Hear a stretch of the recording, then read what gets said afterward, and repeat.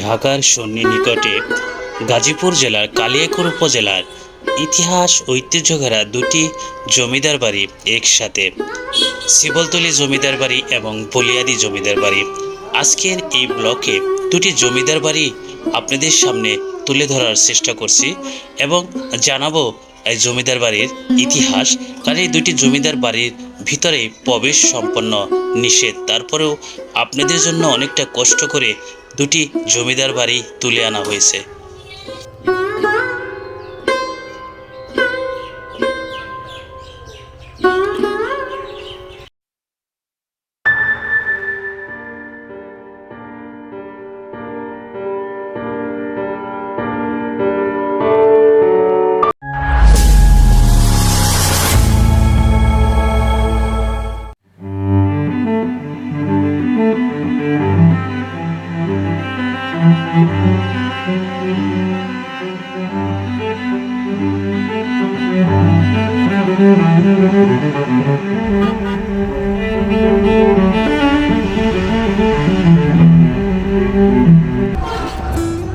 আসসালামু আলাইকুম গাইস, নতুন আরেকটি ব্লগ নিয়ে আপনাদের সামনে চলে আসলাম। আর আমি এখন রয়েছি গাজীপুর জেলার কালিয়াকৈর উপজেলার কালিয়াকৈর বাইপাস। আজকে আপনাদের একদিনে কালিয়াকৈরের দুটি জমিদার বাড়ি ঘুরিয়ে দেখাবো। আশা করি আজকের এই ব্লগটি ভালো লাগবে, তাহলে সঙ্গেই থাকুন, দেখতে থাকুন।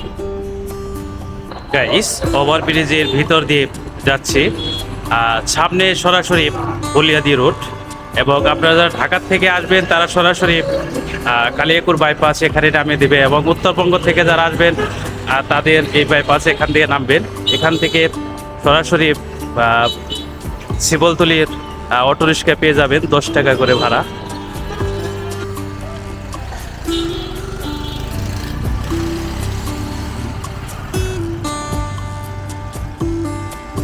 গাইস, সোজা চলে গেছে বলিয়াদি, আর আমরা এখন শিবলতলী জমিদার বাড়ি যাব, যে কারণে এই রুট অতিক্রম করে এ পাশ দিয়ে চলে আসলাম। শিবলতলী জমিদার বাড়ি যাওয়ার পথে এই দৃষ্টিনন্দন রাস্তাটি, দুপাশে বৃক্ষরাজি, সত্যিই মুগ্ধ হয়ে গেলাম।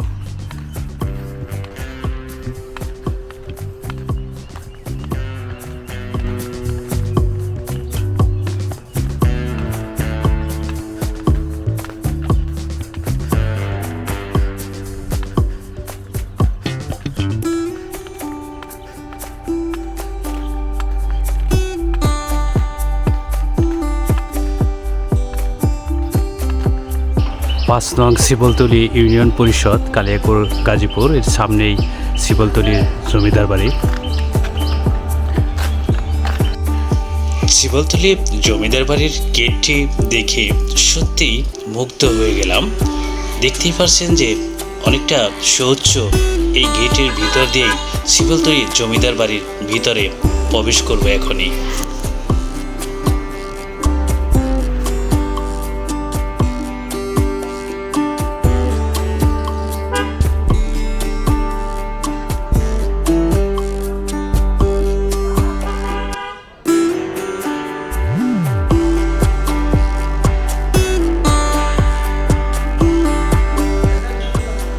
শিবলতলী জমিদার বাড়ি কালিয়াকৈর উপজেলার অবশ্য দুটি প্রাচীনতম জমিদার বাড়ির মধ্যে একটি, এবং বাংলাদেশের অন্যতম প্রত্নতাত্ত্বিক স্থাপনাগুলোর মধ্যে একটি। এই জমিদার বাড়িটি দুটি অংশে বিভক্ত। এক অংশকে বলা হয় বড় তরফ, অপর অংশকে বলা হয় ছোট তরফ। এই বাড়িকে নিয়ে ডক্টর মোহাম্মদ আবুল বাশার রচিত ইতিহাসে শিবলতলী শিরোনামে একটি গ্রন্থ প্রকাশিত হয়েছে। ভিতরে প্রবেশ করার পরপরই চোখে পড়বে সেই পুরনো আমলের রাজপ্রাসাদ, এখনো যেন জ্বলজ্বল করছে। অপরূপ কারুকার্য মিশ্রিত এই ভবনগুলো।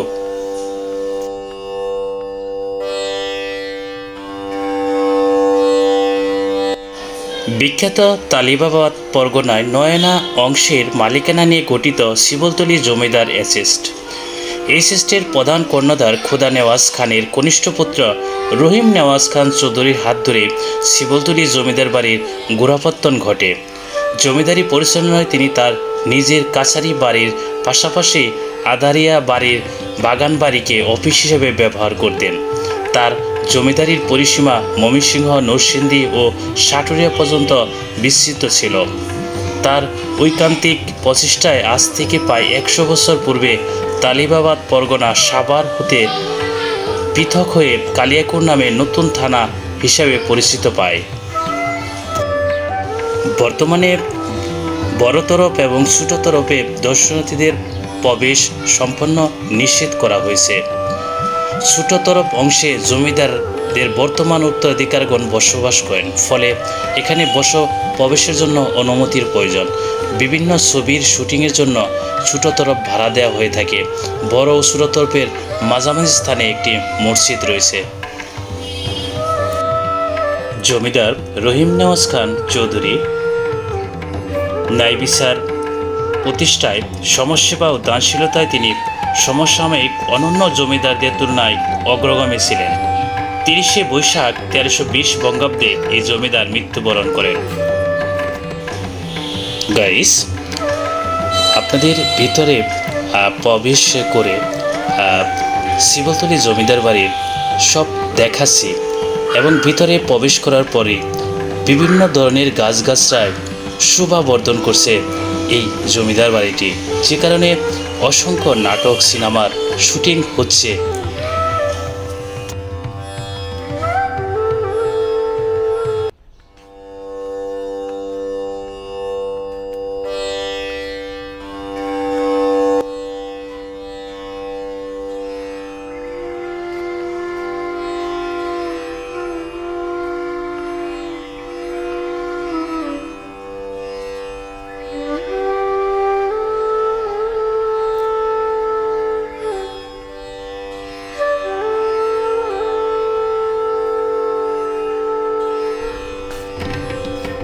গাইস, জমিদার সময়ে বসার একটি চেয়ার আমরা দেখতে পাচ্ছি।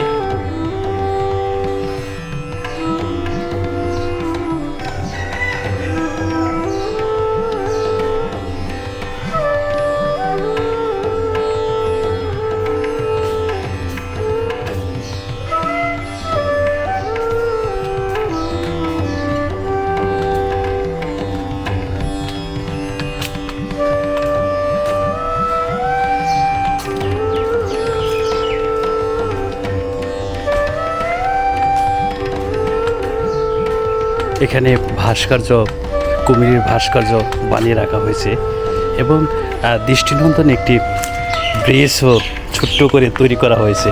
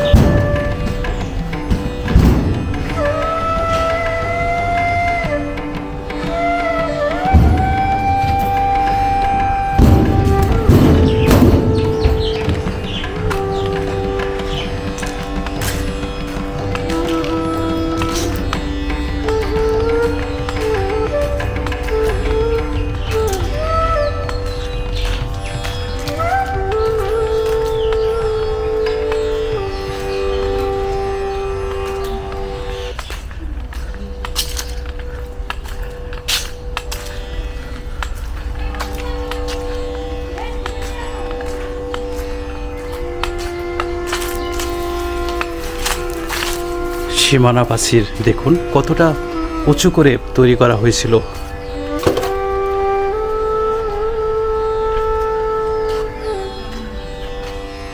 অনেকটা সুবিশাল এরিয়া নিয়ে দুই তরফ শিবলতলী জমিদার বাড়ি, প্রথম তরফ, দ্বিতীয় তরফ।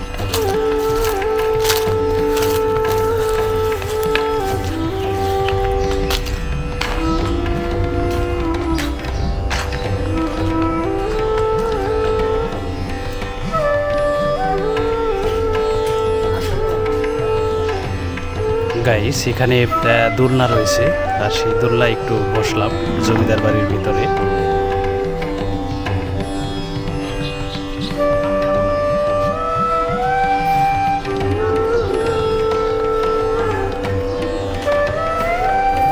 আমরা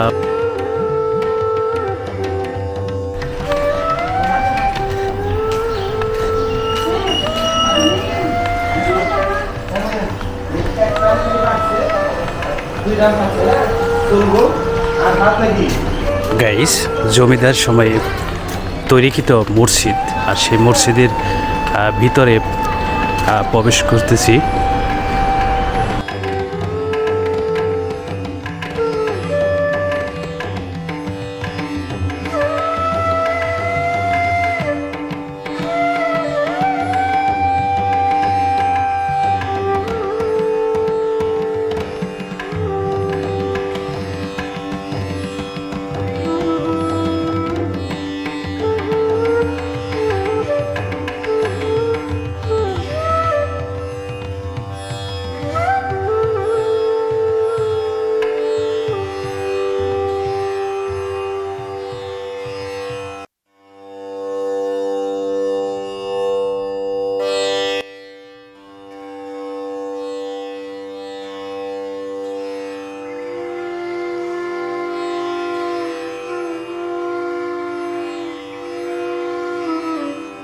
ভিতরে অসংখ্য গাছগাছরা বেষ্টিত, আর এই বেষ্টিত পরতরফের ভিতরে আমি প্রবেশ করেছি। একসময় এটার ভিতরে সবাই ঢুকতে পারতো, উন্মুক্ত ছিল, কোনো গেট ছিল না। সেই পরতরফের ভিতরের বর্তমানের এই অবস্থা।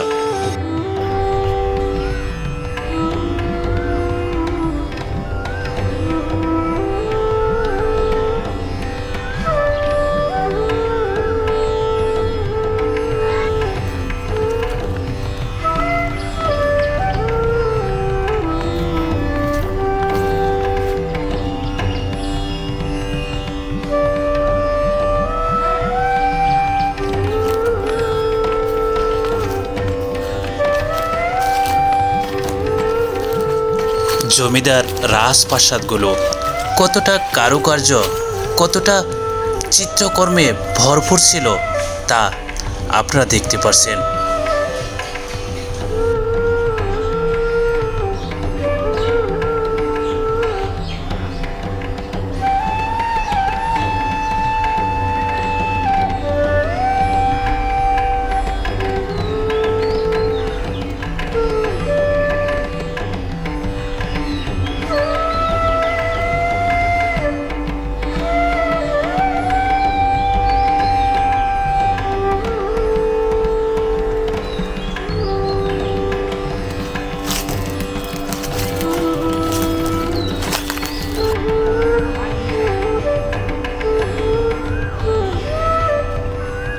গাইস, শিবলতলী জমিদার বাড়ি বড় তরফ ছোট তরফ থেকে বেরিয়ে এখন আপনাদের নিয়ে যাচ্ছি জমিদার বাড়ির সেই দিঘি, যে দিঘিতে অসংখ্য নাটক সিনেমার শুটিং হয়েছে।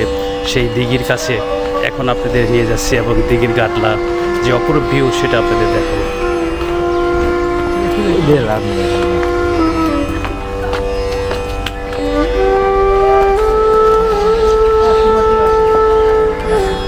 অসংখ্য নাটক সিনেমা শুটিং হয়েছে সেই ঘাটলাটি আপনারা দেখতে পাচ্ছেন, শিবলতলী জমিদার বাড়ির ঘাটলা।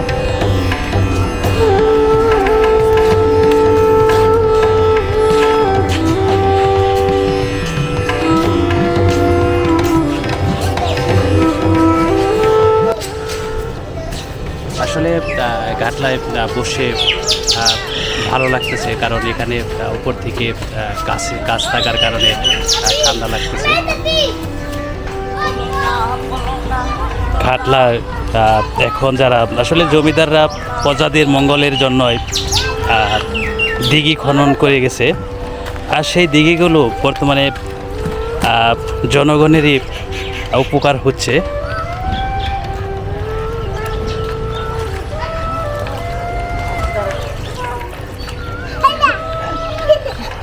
এখান তো অনেক নাটকের শুটিং হয় না?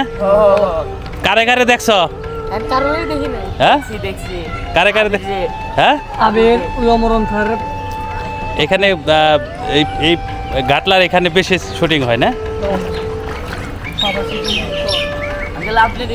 নাম কি গাইস, পাশেই ঘাটলার পাশেই একটি কৃষ্ণচূড়ার গাছ, আর সেই কৃষ্ণচূড়ার গাছে ফুল ফুটে রয়েছে, আর সেই ফুলগুলো দেখতে অনেক ভালো লাগছে।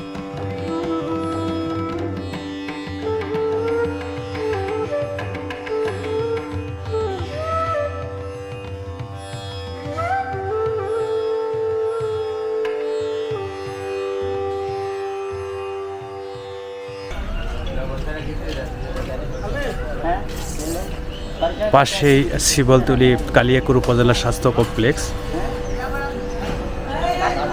গাইস, শিবলতলী জমিদার বাড়ি আপনাদের দেখানোর পর, নিজে দেখার পর এখন যাচ্ছি বলিয়াদ্বীপ সেই জমিদার বাড়ি। আর একদিনে দুটি জমিদার বাড়ি ঘুরে দেখার জন্যই গাজীপুরে কালিয়াকুর একটি সুন্দর জায়গা হতে পারে আপনার জন্য। ইতিহাস ঐতিহ্য ভরপুর গাজীপুরের কালিয়াকুরের দুটি জমিদার বাড়ি। আর গাইস, আমরা এখন বলিয়াদ্বীপ জমিদার বাড়ি যাচ্ছি। আসলে একদিনে দুটি জমিদার বাড়ি গাজীপুরের এই কালিয়াকুরের একসাথেই দেখা যায়।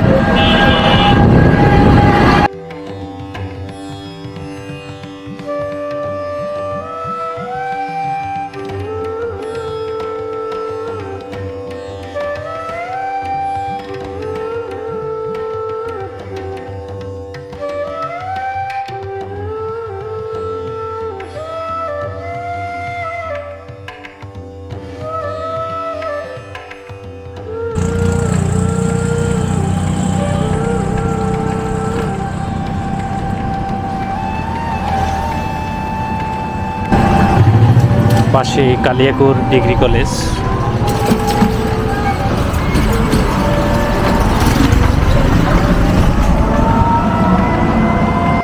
শিবলতলী থেকে যখন বলিয়াদ্বীপ জমিদার বাড়ির যাত্রাপথের অপরূপ সুন্দর ভিউ, শস্য ক্ষেত, সবুজ প্রকৃতি মন কেড়ে নিল এই রাস্তাটি।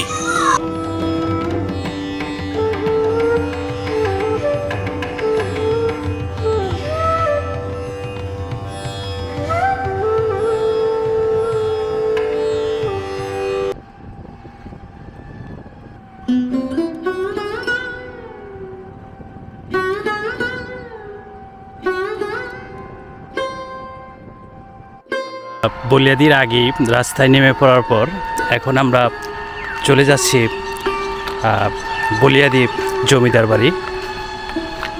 কয়েক মিনিটের ভিতরেই আমরা প্রবেশ করেছি বলিয়াদ্বীপ জমিদার বাড়ির এরিয়ার ভিতরে। সামনে একটি দিঘি দেখতে পাচ্ছি আমরা। ঘাটলা নেই, ঘাটলা ভেঙে চুরে হয়ে গেছে।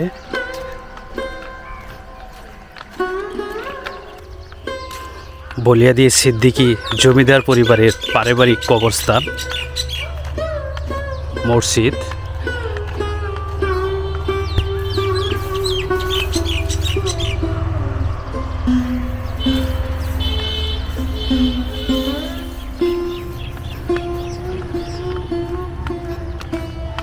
পারিবারিক কবরস্থানের পাশ দিয়ে হেঁটে যাচ্ছি সামনের দিকে।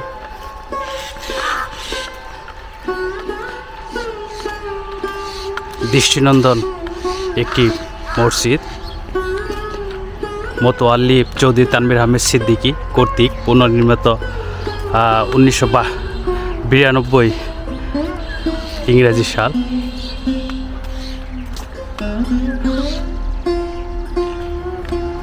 বলিয়াদ্বীপ জমিদার বাড়ি কালিয়াকুর উপজেলায় অবস্থিত প্রাচীনতম জমিদার বাড়ি এবং বাংলাদেশের অন্যতম প্রত্নতাত্ত্বিক স্থাপনার মধ্যে একটি।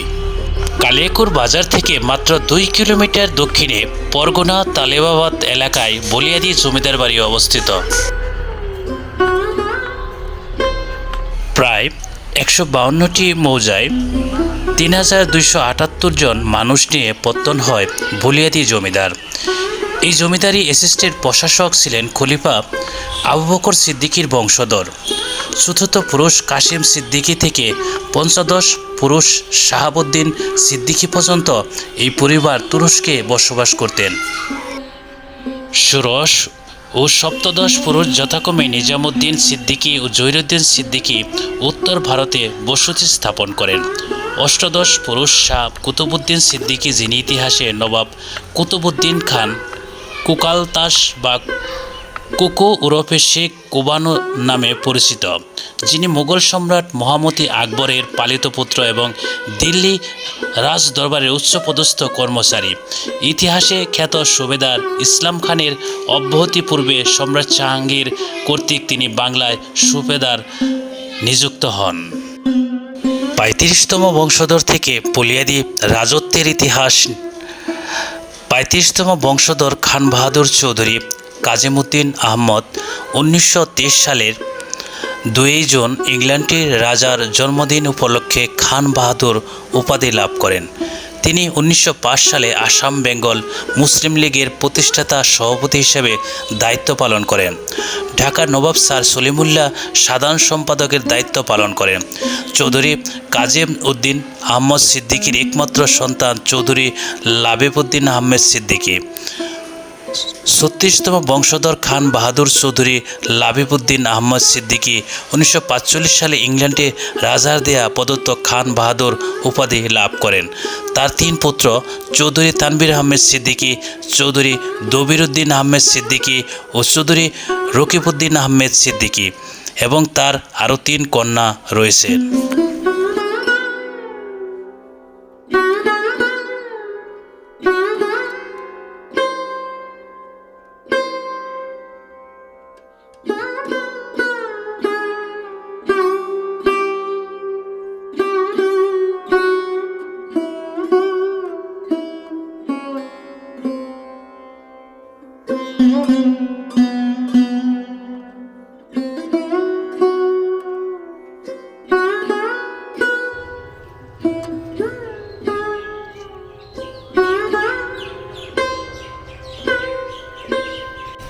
গাইস, অনেকটা সুবিশাল এরিয়া জুড়ে এই বুনিয়াদি জমিদার বাড়ি। এখানে প্রবেশ নিষেধ, তারপরেও আজকে একটু এক ভাইয়ের সহযোগিতা নিয়ে ভিতরে প্রবেশ করতে পেরেছি, যে কারণে আপনার ভিতরের ভিউগুলো দেখাতে পারছি। সুবিশাল এরিয়া জুড়ে এই বুনিয়াদি জমিদার বাড়ি।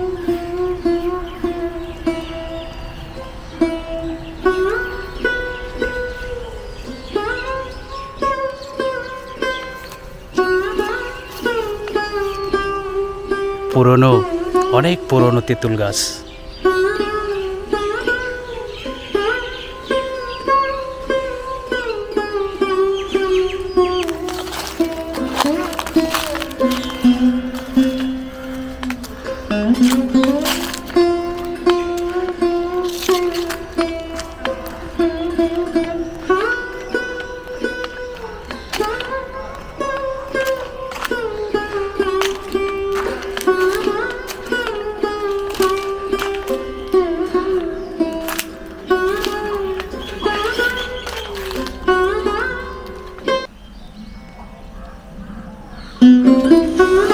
বুনিয়াদি জমিদার বাড়ির রাজপ্রাসাদ।